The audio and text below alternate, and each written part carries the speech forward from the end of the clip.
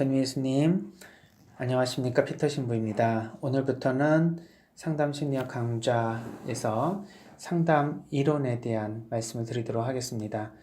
상담이 구체적으로 이루어지기 위해서는 어떤 방향과 목적을 설정할 수 있는 이론적 틀이 필요하죠. 그래서 상담에서는 이런 이론을 중심으로 해서 내담자를 이해하고 그리고 내담자를 어떻게 상담할지에 대한 이론적 틀이 굉장히 중요합니다.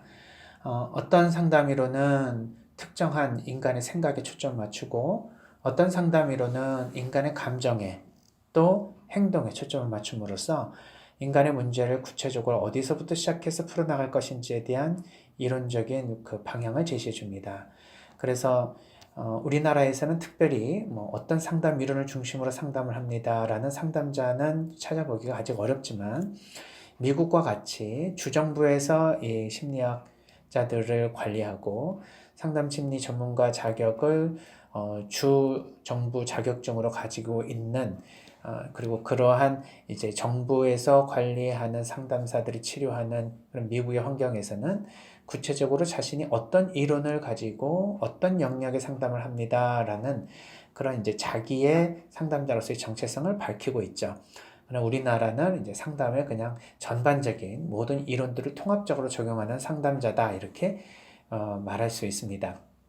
조금 더 상담의 전문화가 이루어지고 구체적으로 어떤 그 구조적인 그런 정부의 어떤 체제 안에 들어가게 되면 이런 상담이 그냥 단순하게 그냥 개인과 개인 사이 이루어지는 서비스 활동이 아니라 어떤 치료적 행위이고 그리고 정신 건강에 굉장히 중요한 그러한 의료 행위로 인정을 받게 되면 좀 더 다른 방식의 이제 구조화가 이루어지겠죠. 그때에서는 드디어 여기서 이야기하는 이론의 어떤 수련을 받고 어떤 방식으로 상담하는지에 대한 상담자의 정체성이 명확하게 이제 등장할 수 있을 것이라고 봅니다. 그러나 아직 우리나라에서는 그런 정체성을 가진 상담자가 없고 대부분 이런 여러 가지 상담 이론을 통합적으로 적용하는 상담 전문가가 있다 이렇게 볼 수 있죠. 상담 이론은 인생의 문제를 해결하기 위한 목적으로 등장합니다. 인생의 문제가 뭐가 있을까? 네, 삶이 모두 고통인데 모든 것이 다 문제일 수 있겠죠. 이것을 어떻게 해결할까 할 때 이것에 대한 해결책을 어떤 문제가 있다 하더라도 이런 방식으로 해결할 수 있으면 좋을 것이다 라고 제공해 주는 것이 상담 이론입니다. 따라서 상담 이론은 수학으로 말하자면 방정식입니다. 네, 방정식은 어떤 변인을 그곳에 대입을 했을 때 나오는 그런 결과들이 어떤 특정한 연산 법칙을 통해서 나오게 되죠. 따라서 상담 이론도 입력한 데이터가 어떤 것이든 상관없이 어떤 연산작용을 통해서 긍정적으로 결과를 나올 수 있게 만들어내는 그러한 내면의 방정식이 있다라는 것을 알고 그것을 이제 심리학적인 이론으로 만들어낸 것입니다. 문제 해결과 삶의 변화와 성장을 위한 이론적 모델을 제공하고 있다. 인생의 문제뿐만 아니라 삶의 변화와 성장을 위한 모델이라고 볼 수 있죠. 문제만 해결이 되면 인생이 행복해지느냐? 그렇지는 않죠. 인생의 삶에 어떤 의미와 가치를 추구하는 우리 인간이 내 자신이 끊임없이 성장하고 변화하기 위한 삶을 살아가는 데 있어서 상담 이론도 중요하다는 것입니다. 또한 인간과 세상 문제와 삶을 바라보는 관점에서 시작이 됩니다. 상담 이론은 인간이 누구냐, 세상은 어떤 세상이냐, 이러한 철학적 관점이 어떻게 되어 있느냐에 따라서 인간중심적인 상담, 정신역동적 상담, 인지행동적 상담 이런 식으로 구별이 됩니다. 따라서 인간에 대해서 부정적 관점을 가지고 시작을 하는가, 또 인간에 대해서 긍정적 관점을 가지고 있는가, 이러한 그 여러 가지의 관점이 이론에 녹아 흐르게 되는 것이죠. 따라서 종교를 가지고 있는 사람들, 또한 특정 어떤 가치를 가지고 있는 사람들은 나름대로 자신에게 맞는 상담적, 이론적 배경이 있을 것입니다. 어쨌든 간에 상담 이론은 어떤 방식이든 결과적으로 볼 때는 삶의 변화와 성장을 위한 목적을 가지고 있다고 볼 수 있겠죠. 아까도 말씀드린 것처럼 상담은 사고나 감정 그리고 행동에 변화의 구체적인 전략을 포함하고 있고요. 어느 특정 영역에 초점을 두기 때문에 여러 상담 이론들이 다양하게 존재할 수밖에 없습니다. 상담의 이론 이전에는 종교가 이런 상담의 기능을 하고 있었죠.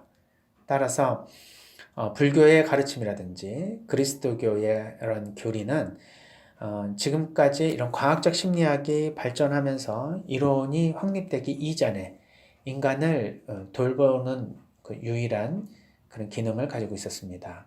그래서 예전에는 이제 영혼의 돌봄, 그리고 1879년이라고 하는 이제 철학적 심리학과 과학적 심리학이 구분이 되는 굉장히 중요한 그 연도 이후의 과학적 심리학에서는 구체적으로 정신의 돌봄이라고 표현할 수가 있겠죠. 그래서 이전의 영혼의 돌봄은 정신의 돌봄까지 모두 포함하고 있었지만 과학적 심리학의 이러한 정신의 돌봄은 이제 영혼의 돌봄을 포함하고 있지는 않았습니다. 그러나 1970년대 이후로 넘어오면서 미국에서는 인간이 이런 영적인 존재이며 초월적 존재인데 심리 정서적인 문제만을 가지고 인간의 온전한 그러한 변화와 성장을 이룰 수 있겠는가. 그래서 영적인 접근도 필요하다는 것을 깨닫게 되면서부터 심리치료의 영성이 통합되는 그런 방식으로 변화하게 됩니다.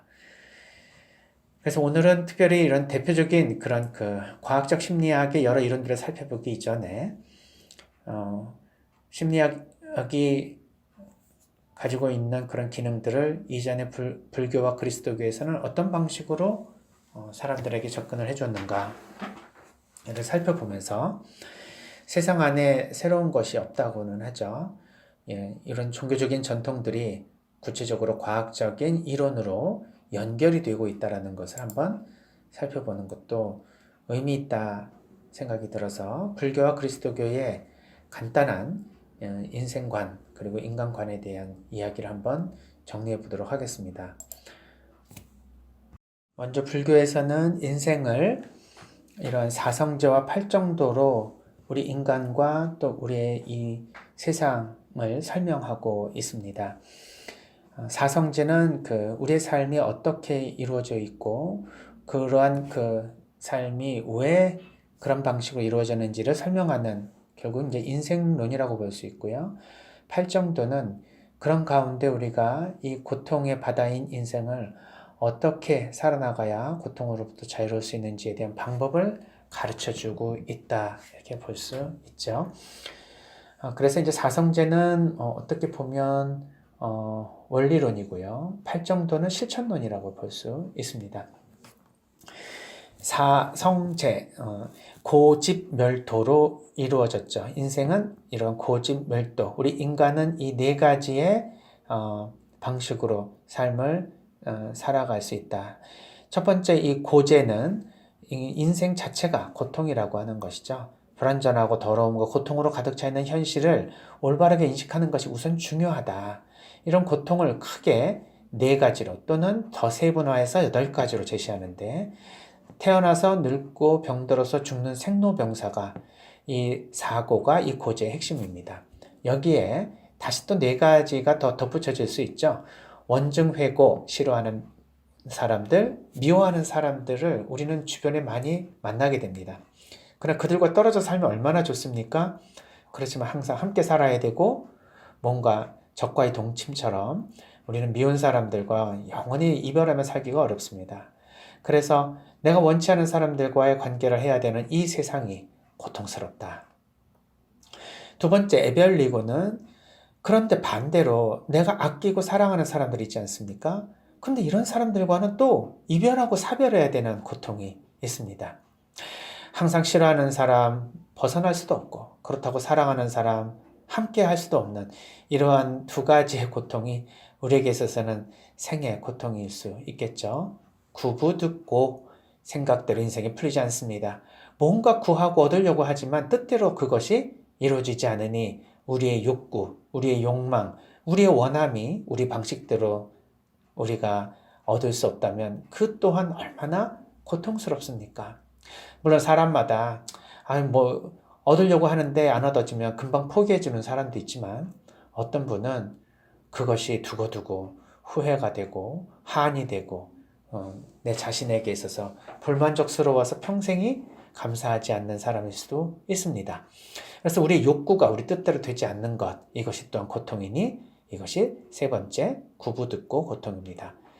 네 번째는 오원 성고, 그러니까 오온이라고 하는 것은 자기 중심적으로 이 오온에 대한 생각으로 집착한 것을 말합니다. 그러니까 원하는 것이 있어서 얻어지지 않는 것도 고통이지만 어떤 원하는 것을 너무 심각하게 집착하면서 원하는 것 그 자체가 고통일 수도 있는 것이죠. 여기서 이제 그 오는 그 먼저 색온을 보면 이건 물질적 형태의 육체를 뜻하는데요. 어떤 사람은 자기의 신체에 너무 집중해서 온전히 그냥 이 미모 관리, 그리고 어떤 건강 관리, 우리 몸에 대한 어떤 모습, 모양, 형태, 이런 것에 너무 집중해서 거기에 고통이 발생할 수도 있습니다. 미인이면서도 불구하고 계속 성형 중독에 빠져 있는 분들은 아마 이 색온으로 평생이 괴로우실 수 있겠죠. 자, 수온은 감정을 느끼는 현상을 말합니다. 그러니까 정서, 심리, 감정이 우리에게 있어서는 인생을 행복해지게 만드는 요소도 되지만 우리에게 고통을 주는 그러한 요인들이죠. 어떻게 보면 긍정 감정보다는 부정 감정을 더 많이 느끼고 있는 것이 우리들이 아닐까 생각해 봅니다. 이 상오는 의식하는 현상, 의식 속에 상을 구성하는 이런 지각 또는 표상을 말합니다. 마음의 능력을 의미하기도 하는데요. 이 의식이라고 보면 좀 좋을까요? 우리가 무엇인가를 이렇게 생각할 때 머릿속에 딱 떠오르는 어떤 표상이 있지 않습니까? 근데 이것이 이제 우리의 고통일 수도 있다. 그러니까 예를 들면은 어떤 사람을 딱 생각하는데 기분이 좋은 사람도 있지만 정말 나에게 피해를 준 사람을 생각하면 순간적으로 화가 엄청나게 나겠죠. 그러니까 우리의 마음속에서 뭔가 내 자신의 생각이 구체적인 표상으로 드러나는 이런 의식적 작용이 결국 상온이다. 행온은 의지작용으로서 이 수온과 상온, 그리고 마지막으로 우리가 설명할 수 있는 시곤, 이 세 가지가 모두 합쳐져서 의지작용으로 행동으로 튀어나옵니다. 즉, 감각적으로 이제 인지하는 그러한 그 의식 현상과 정서적으로 무엇을 느끼는 그런 현상과 무엇인가 식별하고 판단하는 그런 지성적인 생각의 현상이 함께 합쳐져서 행운을 이루게 된다. 마지막으로 이 시고는 이제 인식작용을 말하죠. 생각하고 분별하고 판단하는 마음의 능력이다. 그래서 이 5가지 오온이 자기중심적으로 집착이 되는 그런 현상들, 이것을 우리가 이 고통의 원인으로 볼 수 있다. 그래서 이 생로병사의 사고와 원증회고, 애별리고, 구부듣고, 오온성고의 4개의 고가 합쳐져서 8고를 이루고 있는데, 이러한 모든 것이 결국 인생을 고통스럽게 우리가 느끼게 되는 고통의 요소들이다. 자, 그러면 두 번째로는 집제는 고통의 원인이 어디서부터 오는가 하는 원인론인데요. 무지, 무명에서, 그러니까 깨닫지 못하는 어리석음을 뜻하죠. 갈애와 아집 또는 망집이 원인이다. 사랑을 갈구한다, 애정을 구한다, 인정받고 싶다, 또 존중받고 싶다, 사랑받고 싶다, 뭐 이런 것들이 결국 우리 고통의 원인이죠. 항상 우리는 다른 사람에게 그것을 기대하면서 충족되지 못하는 그러한 공허함을 안고 있습니다. 또한 우리가 그러한 그 욕구에 집착을 해서 그것이 꼭 이루어져야만 내가 살아갈 것 같은, 그것을 얻어야만 내가 행복할 것 같은 그러한 우리 자신만이 가지고 있는 이러한 집착이 결국은 고통의 원인이다. 따라서 세 번째 멸제는 고통을 어떻게 없앨 수 있을까 했을 때 무지무명을 일단은 깨달음으로 없애야 되겠죠. 그리고 이러한 집착으로부터 우리가 좀 벗어나기 위해서는 아는 것이 중요하다. 그러니까 정확하게 알아야 한다 하는 거죠. 이렇게 되면 결국 열반, 해탈로 가게 되는데 도제는 그런 열반, 해탈로 가기 위한 수행론이다. 그래서 여러 가지 실천적인 방식, 어떻게 하면 이러한 집착으로부터 벗어날 수 있는지에 대한 방법론을 그 다음 8정도에서 얘기를 해줍니다. 고진멸도의 사성제, 마지막 도제의 구체적인 방법론은 이 8정도인데요. 8가지의 수련 방법을 이야기합니다. 올바르게 본다, 정견. 이것은 똑바로 봐라, 뭐 이렇게 표현할 수 있지만 무슨 의미냐. 사물을 있는 그대로 봐야지 내 관점으로 보지 마라. 또는 내가 어떠한 그런 렌즈를 끼고 보지 마라. 정확하게 본다는 것은 있는 그대로를 그대로 바라보는 것을 말합니다. 칸트가 말하는 물 자체, 이 물 자체, 그것의 심리적인 무엇인가를 투사해서 만든 평가, 해석이 없는 그냥 그 자체로 내가 인식하고 바라보는 것을 말하죠. 정사유는 바르게 생각하기는 정확하게 바르게 보고 난 다음에 그것을 정확하게 바르게 판단하라 이런 얘기죠. 정어, 바르게 말한다. 정업, 바르게 행동한다. 정명, 바르게 생활한다. 정정진, 바르게 정진한다. 정념, 바르게 깨어있다. 정정, 바르게 집중한다. 즉 우리가 뭔가 인간적 활동을 하는 모든 것에 있어서 사실 올바르게 한다라는 이 올바름이 뭘까요? 정이라는 게 뭘까요? 네, 이것은 그냥 어떤 것도 때묻지 않는 것을 말하지 않을까요? 즉 뭐 내가 고통 중에 있을 때는 이제 일단 아플 때 아무리 맛있는 산의 진미도 쓰게 느껴지겠죠. 그것은 내 상태가 정상적이지 않으니까 올바르 그 맛이 느껴지지 않는 거와 마찬가지일 것입니다. 그러니까 내 상태가 어떠냐에 따라서 외부의 사물들은 전혀 다르게 인식되고 판단되고 보이고 들리고 느껴진다. 그러니 나의 상태와 상관없이 정확하게 외부 세계를 받아들일 수 있는 도를 닦아야 된다 하는 것입니다. 사실 그래서 심리학도 이 세상에 객관적인 세계는 없다. 인간에게 있어서는 자기가 바라보는 주관적 세계가 객관적 세계인 것이다. 따라서 각자의 주관적 세계는 어떤 면에서는 공통점이 있을 것 같지만 사실 각자의 세계 안에 각자가 사는 것이지 우리가 사는 세상이 모두 다 보편적으로 객관성을 가지고 있는 세계가 있을까? 없다고 보는 것입니다. 그래서 아무리 맛있는 음식도 사람마다 그 느낌이 다 다르고 맛에 대한 기호가 다 다른 것처럼 우리는 각각의 다르게 행동하고 다르게 생각하고 다르게 느끼는 수많은 주관적 사람들이 마치 공통의 공간에서 객관적인 그런 보편적인 그런 공통적인 무엇인가를 함께 공유하고 살아간다는 착각에 빠져 있는 것이 우리들일 수 있겠죠. 이제 그리스도교를 보면요. 그리스도교는 이제 사실 이 세상의 고통, 또 이 세상이 어떻게 생겨났고, 또 우리가 누구인가에 대한 이야기를 원죄론과 구원론을 통해서 살펴볼 수 있습니다. 로마서 5장 12절에는 한 사람을 통해 죄가 들어왔고 그 죄로 인해서 죽음이 들어왔으니 우리가 이 세상에 정말 이 고통을 당하면서 살 수밖에 없는, 그리고 영원한 삶이 아닌 죽음의 고통을 받을 수밖에 없는 것은 바로 이 원죄가 들어왔기 때문이다.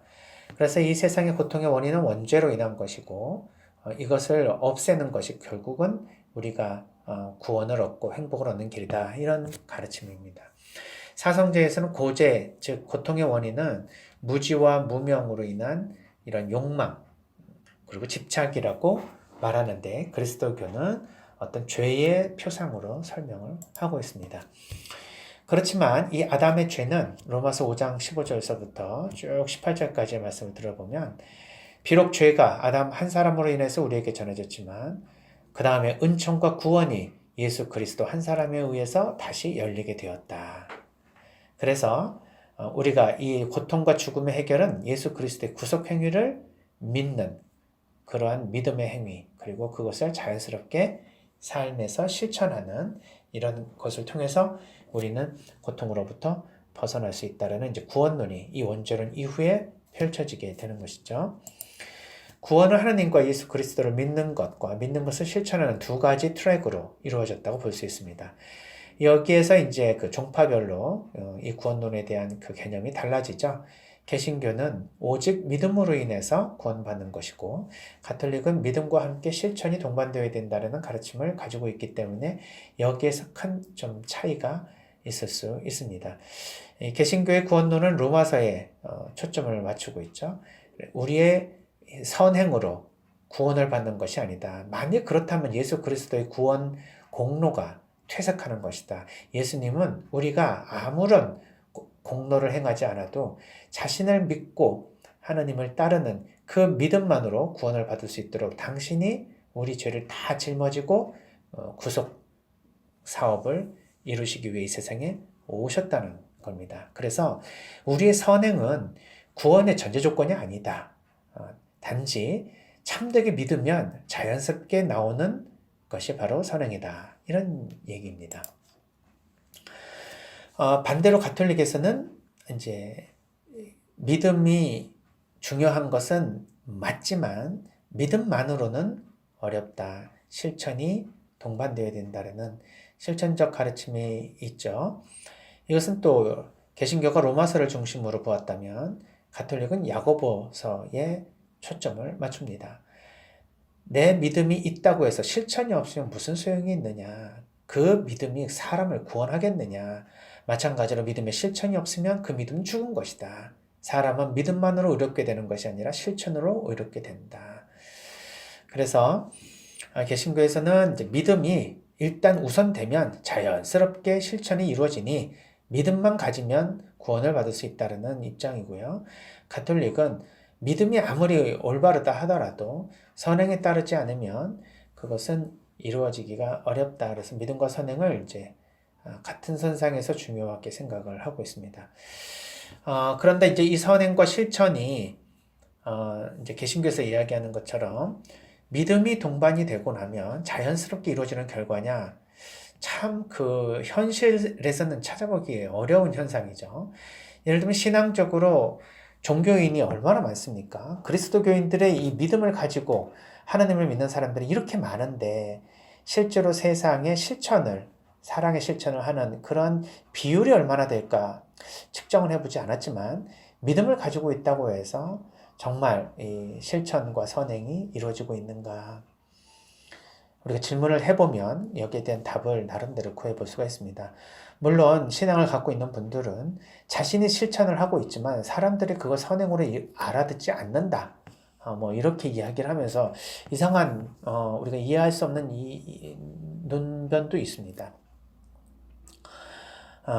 예를 들면은 뭐 이슬람 세력을 전부 척결하고 이 세상을 이 그리스도교 신자들로만 만들려고 하는 노력은 선행입니까? 아니면 폭력입니까? 제가 이제 9.11 테러가 있을 때 미국에 있었는데요. 고속도로를 달리면서 전광판에 들어오는 모든 사인들이 전부 하느님은 우리 편이다. 우리는 이 악과 싸워서 이길 것이다. 왜냐하면 하느님은 선한 분이고 그리고 저 이슬람 세력은 악한 세력이기 때문이다. 선은 반드시 악을 싸워서 이긴다. 왜냐하면 하나님은 우리 편이기 때문이다. 이런 그 표들이 전광판에 나와 있는 거예요. 그것을 보면서 이슬람 세력들, 이슬람 형제들도 사실 하나님의 자녀들인데 하나님을 믿지 않는 그런 자녀들에 대한 하나님의 징벌이 과연 하나님의 뜻일까? 아니면 우리 인간들이 파벌을 만들어 놓고 서로 자신들의 신이 누구라고 이야기를 하면서 우리의 공격성을 서로 표출하는 새로운 방식을 찾아서 종교라는 것을 만들고 서로 그거를 통해서 자신의 공격성을 표출하고 있는 것일까? 네, 생각을 많이 하게 됩니다. 네, 이 세상에 그런 하나님을 믿지 않는 사람들 전부 다 하나님 세력으로 하나님을 믿는 사람들로 만드는 것이야말로 정말 사랑의 실천인가? 아니면 신앙과 상관없이 뭔가 그 사람의 영혼 구원이 아닌 신체적이고 정서적이고 또 사회적이고 정치적인 여러 가지 일상생활에서의 도움과 그 사람을 위해서 뭔가 해주는 이 도움들이 결국 사랑의 실천일까? 이것을 굳이 답을 달지 않아도 어느 정도 답을 얻으실 수 있을 것 같습니다. 따라서 믿음을 가졌다고 해서 실천적인 것이 꼭 이러한 그 믿음의 자연스러운 결과라고 했을 때 그걸 어떻게 바라보느냐에 따른 관점이 다르기 때문에 이 말도 사실은 올바로 이야기하기가 어렵습니다. 따라서 좀 믿음은 믿음이고 실천은 실천이고 이게 약간의 이런 그 개념적인 차이가 있는 것 같아요. 정말 진정으로 믿으면 정말 진정으로 의미 있는 사랑의 실천이 자연스럽게 따라오겠죠. 야고보 사도의 말씀과 같이요. 정말 진정으로 믿음이 있다면 실천이 없을 수가 없다. 물론 개신교의 말씀과도 일치하는 것입니다. 그렇지만 진정한 믿음은 또 과연 무엇인가 하는 거예요. 아까도 말씀을 드렸듯이 우리의 믿음이 결국 하나님께서 요구하시는 그런 믿음과 얼만큼 일치하고 있는가는 항상 우리가 생각해 보아야 할 것입니다. 바로 이 믿음에 대한 개념이 다르니 어떤 분은 교회가 사회의 여러 현상에 대해서 정치적인 발언이 아니라 이 세상이 곧 하느님의 세상을 만들어야 될 우리의 의무를 실천해야 될 그러한 대상이라고 생각을 하니 이 세상이 따로 있고 하느님 세상이 따로 있는 것이 아니니 우리가 사회에 적극적으로 참여하는 것은 하느님의 뜻이다라고 보는 분들이 있고요. 정치와 사회, 이거와 종교는 분리되어야 된다. 그래서 종교인들은 사회적인 얘기, 정치적인 얘기를 해서는 안 된다라고 생각하는 분들도 있습니다. 이때에 정치를 뭘로 보고 있는가? 사회를 어떻게 인식하고 있는가? 이 인식의 차이에 의해서 또한 이러한 실천적인 행동의 차이가 어떻게 돼야 된다라고 생각이 드는 것이죠. 또 하느님 나라는 우리가 죽어서 저 피안으로 가서 펼쳐져 있는 세계냐 아니면 이 세상 안에 하느님 나라를 이루어야 되느냐 이런 신학적인 큰 틀 안에서 우리가 사랑의 실천이라는 것이 무엇인가 하는 것에 대한 개념도 형성이 됩니다. 따라서 믿음과 실천, 믿음이 우선이다, 실천도 따라야 된다. 저는 이런 얘기는 아무 의미가 없다고 생각합니다. 믿음과 실천에 대한 개념이 다른데 어떻게 이것에 대한 이야기를 우리가 서로 나눌 수가 있을까? 먼저 개념 통합부터 해야 될 필요가 있는 거죠. 즉 믿음이라는 것도 그냥 예수 그리스도가 하나님의 아들이라는 것을 믿는 것을 믿음이라고 보는 거느냐? 아니면 하나님의 말씀대로 복음대로 살아가는 것을 믿음이라고 하느냐? 믿음에 대한 개념도 사람마다 다릅니다. 따라서 종교를 가지고 있는 분들과 논쟁을 벌이는 것만큼 어리석은 것이 없겠죠. 그 자신만의 그런 개념 차이가 그 사람들과 어떻게 발생하는지를 우리가 먼저 같이 토론하고 같이 그것에 대해서 같이 이야기를 하지 않는 이상은 그 개념 정립이 되지 않은 상황에서는 그 어떤 토론도 이루어지기가 어렵다라고 볼 수 있습니다.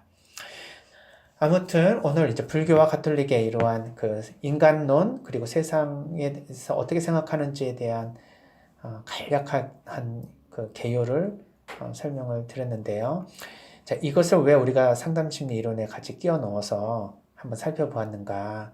네, 이런 불교의 어떤 그 고통에 대한 원인과 그것을 해결하려고 하는 그런 그 가르침, 그리고 가톨릭에서 이야기하는 이런 원죄에 대한 가르침, 이런 것들이 단순하게 죄다, 고통이다가 아니라 이것이 우리 현실에 우리의 삶에서 가져다주는 의미가 굉장히 깊습니다. 그래서 이러한 그 종교적인 가르침이 우리의 일상의 심리적인 문제에 연결될 수 있는 부분들이 굉장히 많고요. 그것을 심리학자들은 현대 과학적 용어를 사용해서 풀어서 이야기할 뿐이지 사실 이미 모든 종교에서 이러한 이야기들을 하고 있다.